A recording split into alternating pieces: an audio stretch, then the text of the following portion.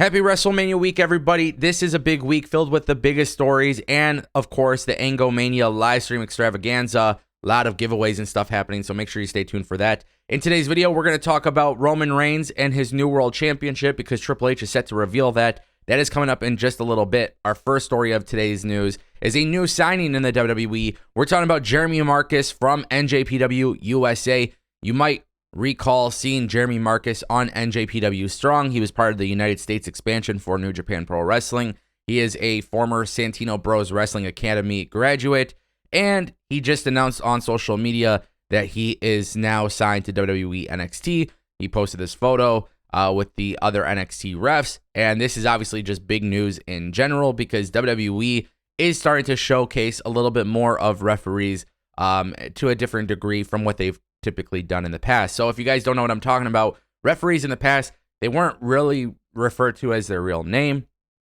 They weren't really referred to very often. Maybe it was kind of rare if they were ever mentioned. But now WWE looking at inducting Hall of Famers, inducting referees as Hall of Famers, and then of course having, referees have like personality traits and stuff like that on television. It's not to take away from the talent. It's not to take away from the story. It's just to help increase and emphasize certain things. Now you bring in somebody like Jeremy Marcus, who came from New Japan Pro Wrestling to the WWE in America. Obviously, he stayed in America, but you get my point. He's staying in America, but this time he's going from New Japan to WWE. It's a big change for him. And of course, WWE's NXT's, we see their refs, man. We see those refs. They go from NXT and they get called up to the main roster way more frequently than we see wrestling talent. And that's something that a lot of people don't really necessarily point out. Guys, what about WWE having this massive house show in Denver, Colorado, and almost being it's a very, very successful house show. Let me just tell you guys, if you guys don't know, WWE held a live event from Ball Arena in Denver, Colorado, and they drew close to 10,000 fans for attendance. Okay. I just want to put this in perspective for you. House shows don't really do this type of attendance. And I want to make it very clear because I've said this so much about WWE versus AEW. AEW had a house show and they nearly sold out, or may have even sold out in Troy, Ohio. The fact that wrestling fans are going to house shows again is just massive, considering everything the pandemic did, considering everything about house shows. They're not really useful, to be honest. Like, there's no value in house shows like there was 20 years ago. That's just the truth. WWE and AEW make their money from television deals, TV rights deals, those massive multi-million-dollar deals. Those are the things that are paying the big money.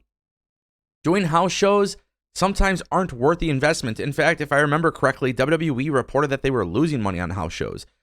So just to give you an understanding of how strong wrestling is right now, not only is AEW doing a really good job when they announced their house tour, which is it's just a fancy name.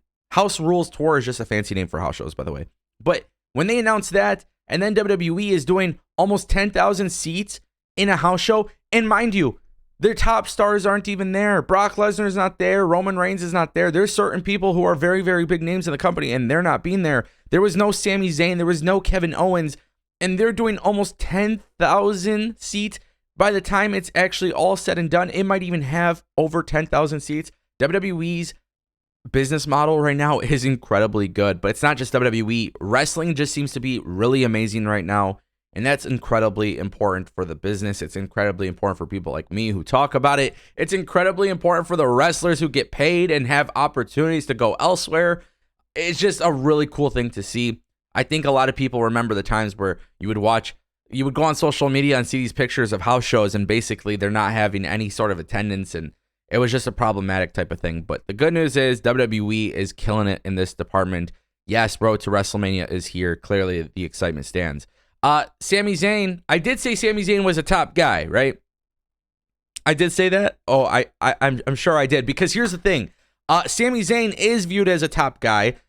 This is the problem with social media, and I'm going to tell you guys right now. There's a lot of people who say Sami Zayn isn't a top guy because he wasn't given the title. He wasn't given any of these different things, aside from a match at Montreal against Roman Reigns. A lot of people said he was buried. WWE doesn't view him as this top guy in the company. There was dirt sheets that came out and said WWE doesn't believe in Sami Zayn. It was all of this bullshit. Now, according to Fightful Select, a higher up in WWE called Sami Zayn the company's MVP since last summer and stated that everyone has been ecstatic with Zayn's performances and the reception he has received. The same source claimed that even though Zayn isn't in the main event, the tag title matchup and storyline between Owen, Zayn, and the Usos is one of the biggest shows, for one of the biggest shows of the year, and is for the biggest show of the year. It is noted how Zayn has been featured and or main evented in a number of televisions as well as Elimination Chamber's premium live event. The anonymous source closed his conversation with Fightful by saying, just because he isn't competing for the championship doesn't mean he isn't viewed at that level. So I just want to make this very clear. Just because a dirt sheet or somebody says something negative, okay? Negative. Maybe it's not what you want to hear, but just because a dirt sheet is saying something negative, it doesn't mean you have to take it as the sacred word, okay?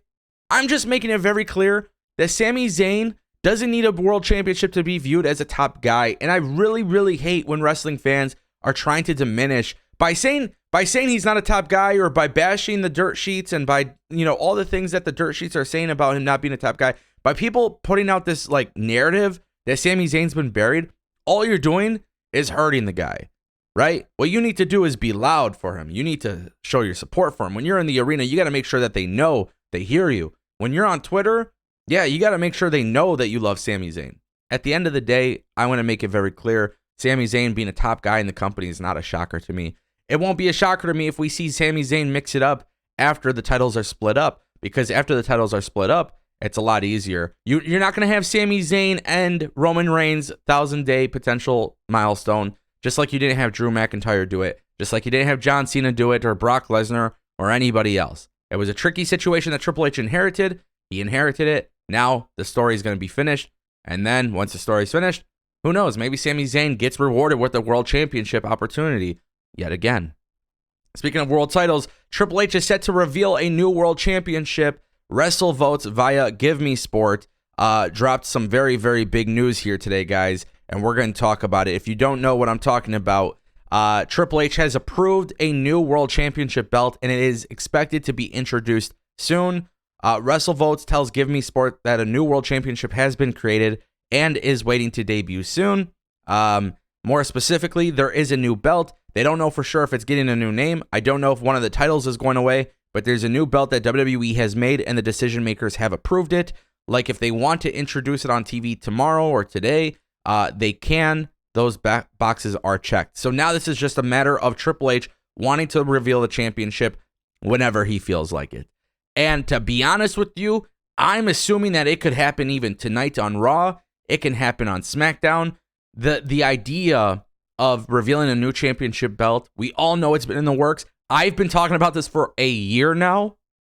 Literally, not even joking. It's been a year since we started talking about this. Now we know it's officially been approved. It's ready to go. When WWE is ready to reveal it, they will. They are set to do that very soon. I'm all about it.